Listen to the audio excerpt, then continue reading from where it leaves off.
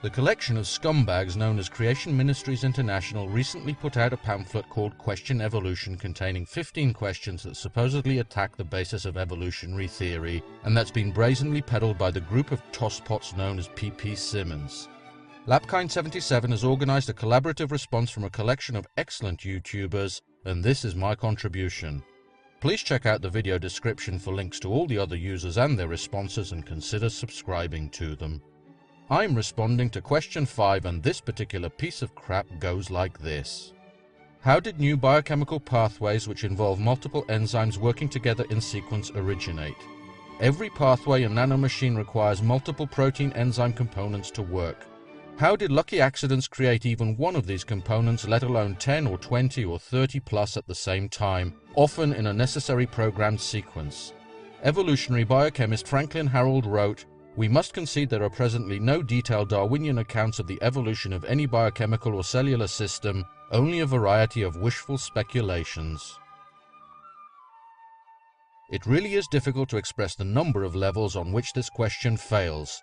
In fact, it's so loaded with ignorance and misinformation that it wouldn't surprise me if at any minute it collapsed under the gravitational field generated from the sheer weight of stupid that it contains.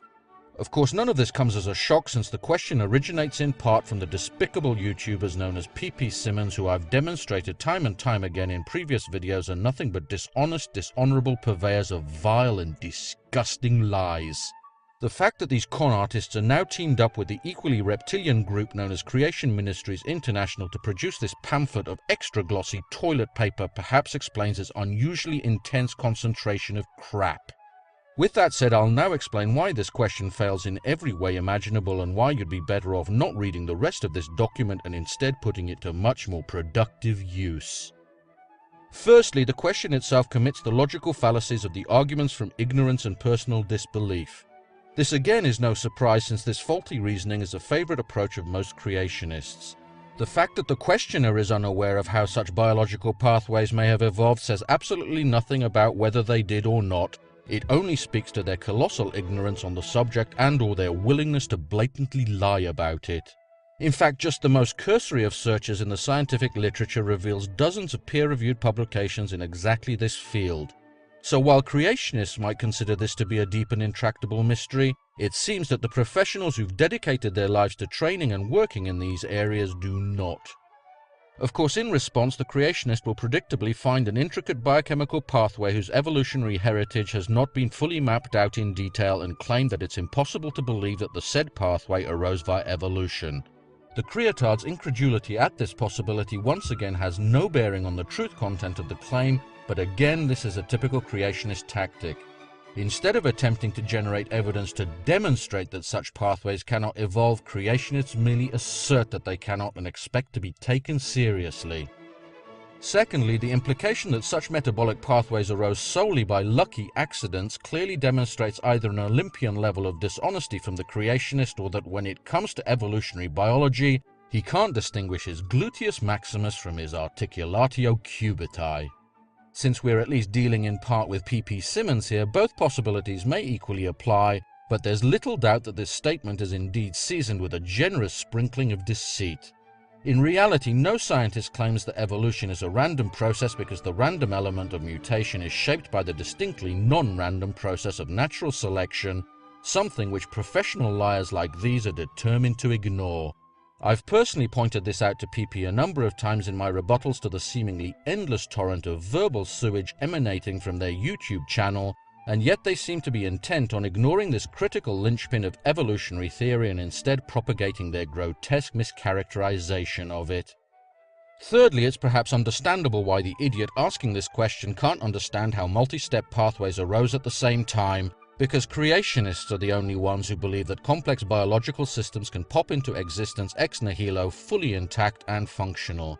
Their inability to distinguish their belief in magic from the tenets of evolutionary biology therefore only serves to highlight the sheer magnitude of their intellectual atrophy.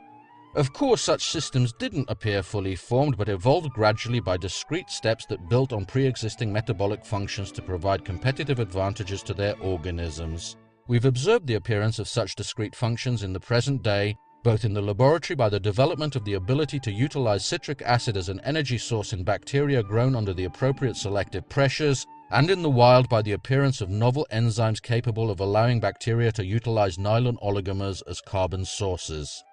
Furthermore, in the latter case, this evolution has not only been replicated in the laboratory, but two new and distinct nylonase enzymes have been identified in one bacterium in the wild, therefore clearly showing the evolution of a two-step pathway in barely one human lifetime.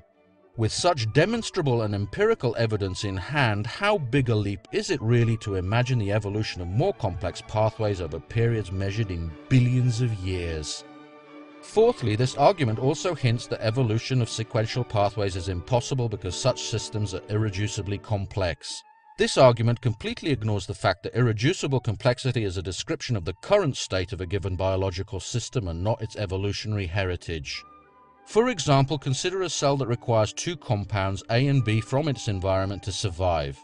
A new function arises that allows the cell to convert A to B, and since A is abundant and B is not, the cell gains a competitive advantage and the function is propagated in future generations. Imagine now that the cell loses the function to take up B. Since it can still produce B from A, the loss of function mutation is silent and may eventually become fixed in the population due to genetic drift. At this point, the metabolic pathway of A to B becomes irreducibly complex, but of course has not always been so. These concepts aren't very difficult to understand, and yet creationists absolutely refuse to recognize or acknowledge their existence, and instead insist on building their ludicrous straw men and attacking weaknesses in evolutionary theory that simply aren't there. Because at the end of the day, they're simply not interested in the truth, only in affirming their own pre-established and absolutely immovable position. Finally, if you happen to be a creationist with a genuinely open mind or someone who's undecided on the matter, I'd like you to consider the quote from Franklin Harold given at the end of this passage. While at face value it does indeed seem damning, notice that it begins with a lowercase w and yet doesn't indicate any preceding text with an ellipsis. There's a reason for that, and that's presumably because the authors of this deceptive little rag didn't want you to realize that this line from Harold's book, The Way of the Cell, is preceded by the words, "We should reject as a matter of principle the substitution of intelligent design for the dialogue of chance and necessity, but..." This putrid and foul quote mine should quite clearly demonstrate that these individuals are willing to plunge neck deep into the sewage of their own making in order to perpetuate their filthy little lies, and underscores the dishonesty and ignorance I've been pointing out throughout this video. But I don't want you to take my word for it. I urge you to take some time and sit down at a computer and check for yourself using reliable and unbiased sources. If you do that with a truly open mind, you'll very quickly discover that your God is a lot more impressive than the petty conjurer being peddled by these charlatans who are lying to you in order to propagate their archaic and demonstrably ludicrous beliefs, while quite possibly picking your pockets into the bargain.